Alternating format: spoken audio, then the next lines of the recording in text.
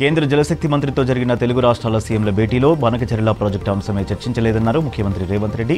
కృష్ణా గోదావరి బేసిన్లో రెండు రాష్ట్రాల సమస్యలపైనే ప్రధానంగా చర్చించామని చెప్పారు. ఈ భేటీ ఖచ్చితంగా తెలంగాణ విజయంగానే చూడాలన్నారు సీఎం రేవంత్.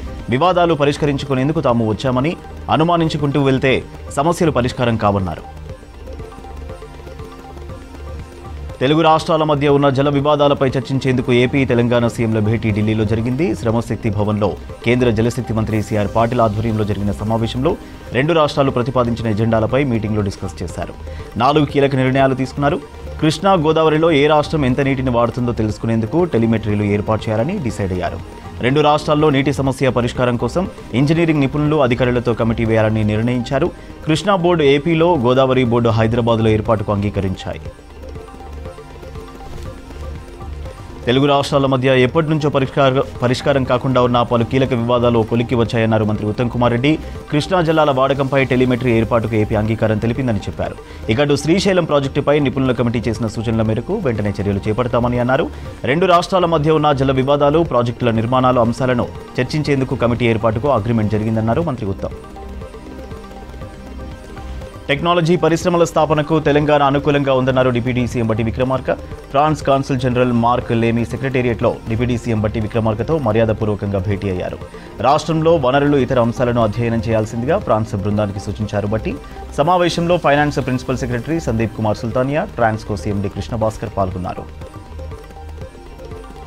దసరా నాటికి హైదరాబాద్ ఉప్పల్ ఫ్లైఓవర్ పనులు కంప్లీట్ చేస్తామన్నారు మంత్రి కోమటిరెడ్డి వెంకటరెడ్డి. ఆర్థిక వనరులు, ఇతర కారణాలతో పనుల్లో ఆలస్యం జరిగిందన్నారు. హైదరాబాద్ సిటీలో పీవీ ఎక్స్ప్రెస్ హైవే తర్వాత అతిపెద్ద ఫ్లైఓవర్ ఇదేనని చెప్పారు. ఉప్పల్ రింగ్ రోడ్ నుంచి నారపల్లి వరకు 8 కిలోమీటర్ల మేర నిర్మిస్తున్న ఎలివేటెడ్ కారిడార్ పనులను ఎమ్మెల్యే బండారు లక్ష్మారెడ్డితో కలిసి పరిశీలించారు మంత్రి కోమటిరెడ్డి. 10 ఏళ్ల బీఆర్ఎస్ పాలనలో రాష్ట్ర ఖజానాను ఖాళీ చేశారని విమర్శించారు కార్మిక, మైనింగ్ శాఖ మంత్రి వివేక్ వెంకటస్వామి.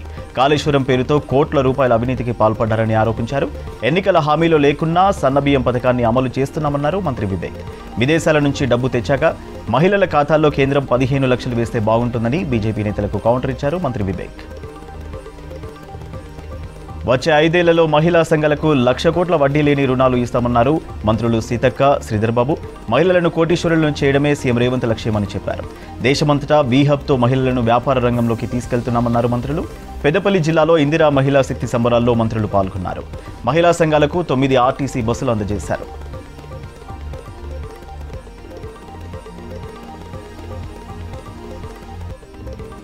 బీసీలకు 42% రిజర్వేషన్లు చారిత్రాత్మక నిర్ణయమన్నారు ప్రభుత్వ విప్ ఆది శ్రీనివాస్.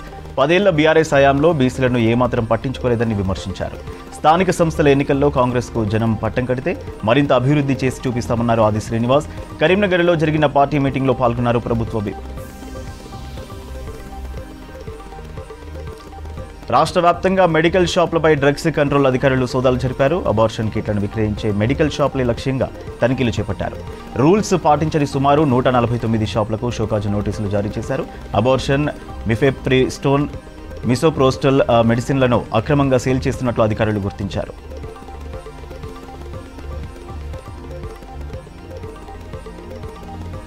కర్ణాటకలో పర్యటిస్తున్నారు పీసీసీ చీఫ్ మహేష్ కుమార్ గౌడ్. బెంగళూరులో ఏఐసీసీ, ఓబీసీ సలహా మండలి సమావేశానికి హాజరయ్యారు. మంత్రులు పొన్నం, సురేఖ, వాకిటి శ్రీహరితో కలిసి సమావేశంలో పాల్గొన్నారు. కులగణన, బీసీ రిజర్వేషన్లు సలహా పలు అంశాలపై అధిష్టానంకు తమ అభిప్రాయాలు, సలహాలు తెలియజేశారు. మహేష్ కుమార్ బీసీ రిజర్వేషన్లపై ప్రజెంటేషన్ ఇచ్చారు.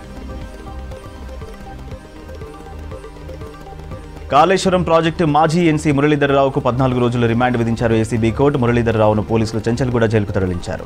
ఆదాయానికి మించిన ఆస్తుల కేసులో మురళీధర్రావు నివాసం సహా బంధువుల ఇళ్లలోనూ సోదాలు జరిపారు. భారీగా అక్రమాస్తులు గుర్తించారు. ఇప్పటికే స్వాధీనం చేసుకున్న ఆస్తుల విలువ 150 కోట్లకు పైగా ఉంటుందని అంచనా వేస్తున్నారు. ప్రతి డివిజన్, మండల స్థాయి ప్రజా సమస్యలను గుర్తించి ప్రభుత్వ వైఫల్యాలపై పోరాటం చేయాలని పిలుపునిచ్చారు BJP state chief Ramachandra Rao. Modi హయాంలో ప్రతి పేదోడికి బీమా భద్రత లభిస్తోందన్నారు. బీమా స్కీమ్ కింద తెలంగాణలో సుమారు 48 లక్షల మంది లబ్ధి పొందుతున్నట్టు చెప్పారు రామచంద్రరావు. స్థానిక సంస్థల ఎన్నికలే లక్ష్యంగా గట్కేసర్లో జరిగిన 2 రోజుల బీజేపీ వర్క్షాప్ ముగిసింది. కార్యక్రమంలో పార్టీ రాష్ట్ర వ్యవహారాల ఇన్ఛార్జ్ సునీల్ బన్సల్, అభయ్ పాటిల్ సహా కేంద్ర మంత్రి కిషన్ రెడ్డి పాల్గొన్నారు. కాంగ్రెస్కు చిత్తశుద్ధి ఉంటే మంత్రివర్గంలో సగం మంది మంత్రులను బీసీలనే చేయాలని డిమాండ్ చేశారు మెదక్ ఎంపీ రఘునందన్ రావు.